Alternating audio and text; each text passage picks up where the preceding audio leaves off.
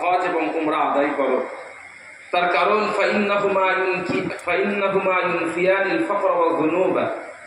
কারণ হজ এবং উমরা তোমাদের মধ্যে থেকে দুটো জিনিসকে নষ্ট করে দেয়। প্রথম হলো দারিদ্র, দ্বিতীয় হলো গুনাহ। যদি একজন ব্যক্তি বারবার হজ করে, বারবার উমরা করে, আল্লাহ তাআলা তাদের জিন্দগি থেকে দুটো জিনিসকে শেষ করে দেয়।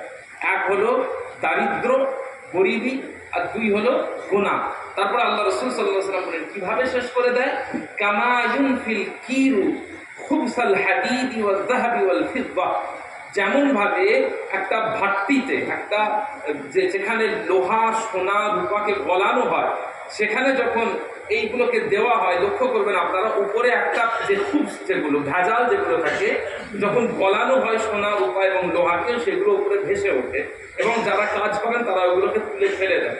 আল্লাহ রাসূল সাল্লাল্লাহু আলাইহি ওয়াসাল্লাম বললেন যেভাবে সোনা, রূপা এবং লোহা থেকে খুবসগুলোকে, ভেজালগুলোকে তুলে ফেলে দেওয়া হয় তাকে গলানোর মাধ্যমে, হজ এবং উমরার মাধ্যমে ঠিক আল্লাহ তাআলা মানুষের জিন্দেগি থেকে দারিদ্র এবং গুনাহকে ঠিক ওইভাবে তুলে ফেলে দেন। এবং শেষে আল্লাহ রাসূল সাল্লাল্লাহু আলাইহি ওয়াসাল্লাম বললেন ওয়ালাইসা লিল হজ্জিল মাবরুরি জাযাউন ইল্লাল জান্নাহ। এবং কবুল হয়ে যাওয়া, মকবুল হয়ে যাওয়া মাবরুর হজের বদলা জান্নাত ছাড়া আর কিছুই নেই। তো আজকে এখানে হাজী সাহেবদের যে সংবর্ধনা দেওয়া হচ্ছে, এটা নতুন কিছু নয়, বরং সালফে সালেহিনের জামানা থেকে, বহু পূর্ব থেকে হাজীদেরকে, মুতামির এবং আলহাজ যারা থাকেন তাদেরকে সবসময়তেই গুরুত্ব দেওয়া হয়েছে। আমি এখানে দাদা হুজুর পীর কেবলা রহমাতুল্লাহ আলাইহির হজ যাত্রার কথা বললেন আমার পীরজাদা হযরত মাওলানা মুহাম্মদ সাওবান সিদ্দিকী ভাইজান। আমি ওই প্রসঙ্গটায় আসবো, তার আগে আরেকটু আগে যাই। হযরত সৈয়দ আহমদ বিন ইরফান শহীদ আল-বেরলভী রহমাতুল্লাহ আলাইহি, যিনি দাদা হুজুর পীর কেবলা রহমাতুল্লাহ আলাইহির জানে পীর ছিলেন, 1201 হিজরিতে জন্মগ্রহণ করেছিলেন। তার পূর্বে ভারতবর্ষে হজ বন্ধ করে দেওয়া হয়েছিল সামাজিকভাবে। তার কারণ আল্লাহ রাব্বুল আলামিন কোরআন শরীফের মধ্যে বলেছেন যে মান ইসতাতা ইলাইহি সাবিলা, তোমাদের মধ্যে থেকে যারা হজ করতে পারবে তারা হজে যাও। ভারতবর্ষের সেই সময় কালচার এসে গিয়েছিল যে আমরা হজ করতে যেতে পারবো না, জাহাজে যেতে হবে, জানের খাতরা, বিপদ আছে, আমরা হজে যেতে পারবো না। সামাজিকভাবে আমাদের ভারতবর্ষের মুসলমানেরা হজকে বন্ধ করে দিয়েছিল।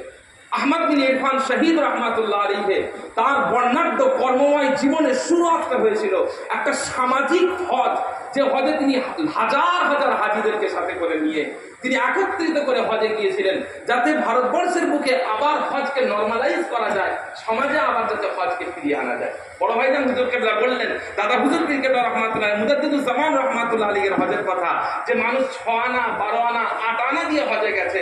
মুজাদ্দিদুজ্জামান রহমাতুল্লাহ আলাইহি নিজের টাকা খরচ করে তিনি এই হজ যাত্রাকে বাস্তবায়ন করেছিলেন। কেন করেছিলেন?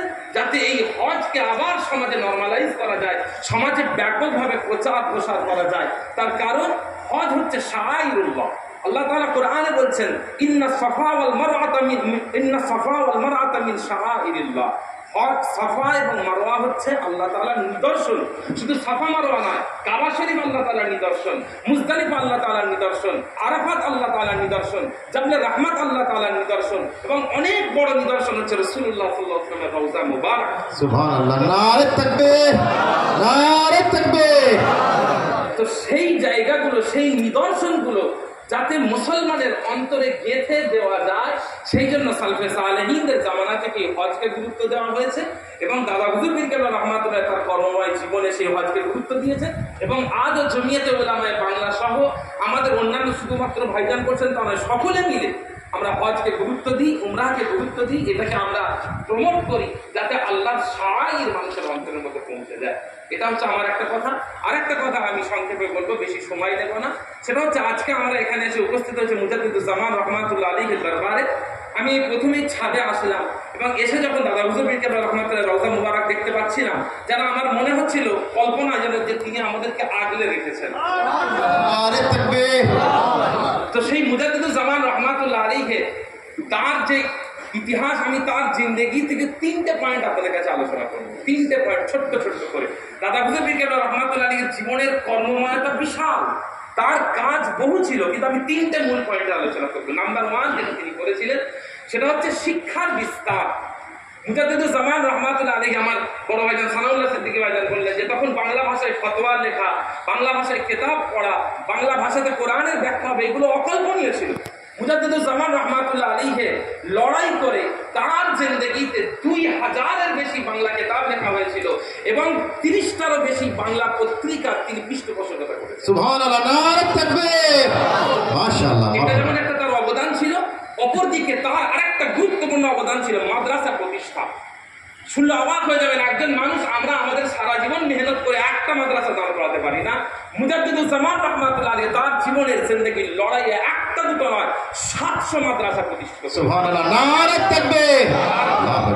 তার অনেক বড় আরেকটা অবদান ছিল যে প্রত্যেকটা মাদ্রাসার মধ্যে, যতগুলো মাদ্রাসা আছে সমস্ত মাদ্রাসার মধ্যে এমন একটা কানেকশন তৈরি করা যাতে বাংলাদেশের যে প্রত্যন্ত অঞ্চলের মাদ্রাসা থেকে পড়ুয়া একটা ছাত্র যেন এসে কলকাতা আলিয়াতে এসে সে যেন ভর্তি হতে পারে, এমন একটা কানেকশন যে পশ্চিমবঙ্গের যে কোনো মাদ্রাসার ছাত্র অন্য যে কোনো মাদ্রাসায় গিয়ে উচ্চ পড়াশোনা করতে পারে। এর জন্য যে চ্যানেল দরকার, এই চ্যানেলটা তৈরি করার ক্ষেত্রে মুজাদ্দিদুজ্জামান রাহমাতুল্লাহ আলাইহির অনেক বড় একটা ভূমিকা ছিল।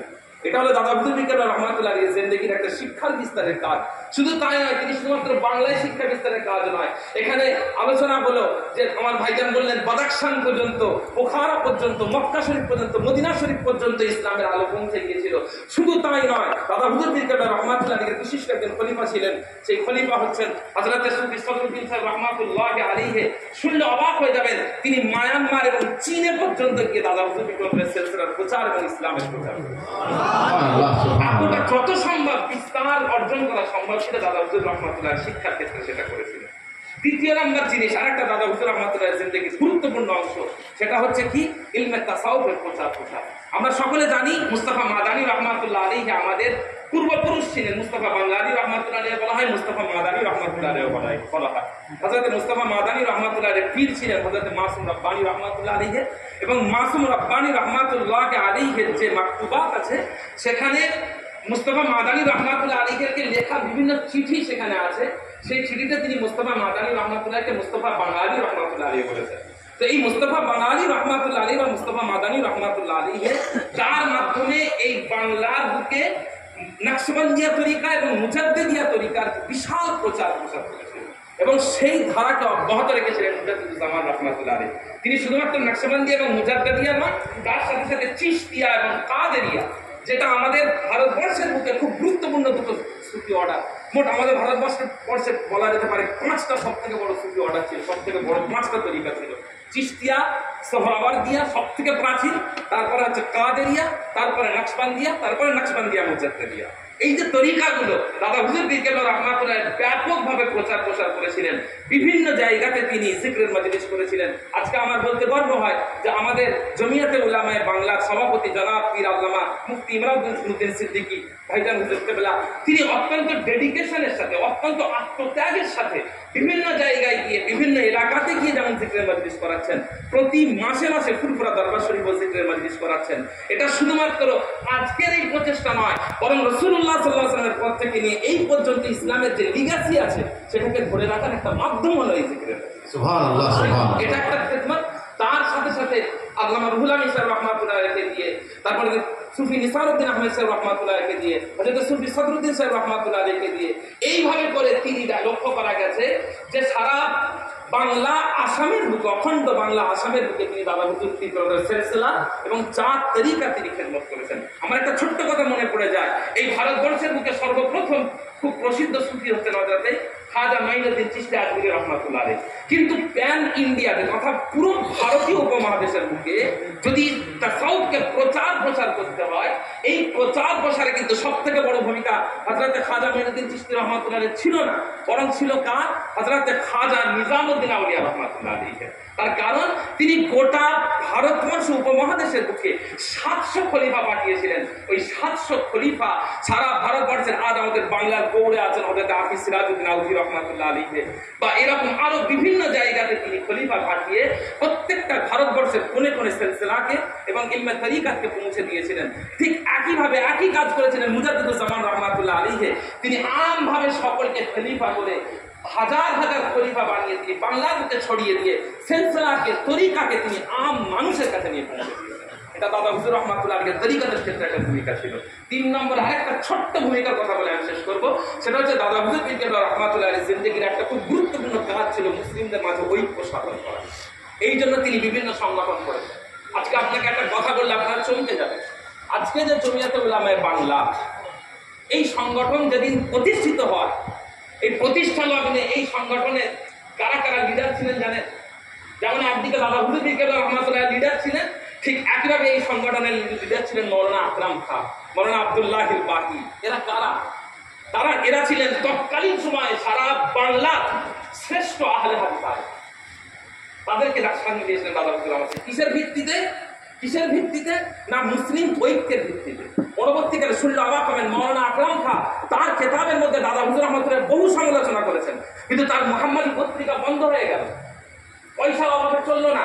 মুজাদ্দিদুজ্জামান রহমাতুল্লাহর কাছে আসলেন, তিনি নিজের পকেট থেকে পয়সা বের করলেন, বাংলার মানুষকে বললেন তোমরা মুহাম্মাদি পত্রিকা পড়ো। সেখানে যে ইলমিক যে খেয়ানত গুলো আছে, দাদা হুজুর রহমাতুল্লাহ সিলসিলার বিরুদ্ধে যে কথাগুলো আছে, আল্লামা রুহুল আমিন সাহেব রহমাতুল্লাহ বললেন তুমি সেগুলোর ইলমি সমালোচনা করো, একাডেমিক সেগুলোর বিশ্লেষণ করো, কিন্তু একটা ইসলামিক পত্রিকাকে বন্ধ করতে দেওয়া যাবে না। এই যে মুসলিম ঐক্য আমাদের জিন্দেগিতে অনেক বেশি দরকার। দাদা হুজুর রহমাতুল্লাহ যে উদার মানসিকতার পরিচয় দিয়েছিলেন, এই উদার মানসিকতা থেকে আমাদের অনেক বড় শিক্ষা দেওয়া দরকার আছে।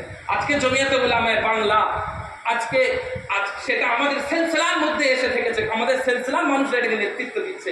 বাংলার বুকে বিভিন্ন এখান থেকে ওখান থেকে বিভিন্ন সংগঠন তৈরি হচ্ছে। এর কারণ কি? এর কারণ হলো বহু মানুষের উদারতার অভাব আছে। কিন্তু এই সিলসিলা দাদা হুজুর রহমাতুল্লাহ বঙ্গের সমস্ত শ্রেণীর আলেমকে নিয়ে করতে চেয়েছিলেন, এই দলটা তৈরি করতে চেয়েছিলেন, কিন্তু আজকে এখানে এসে থেকেছে।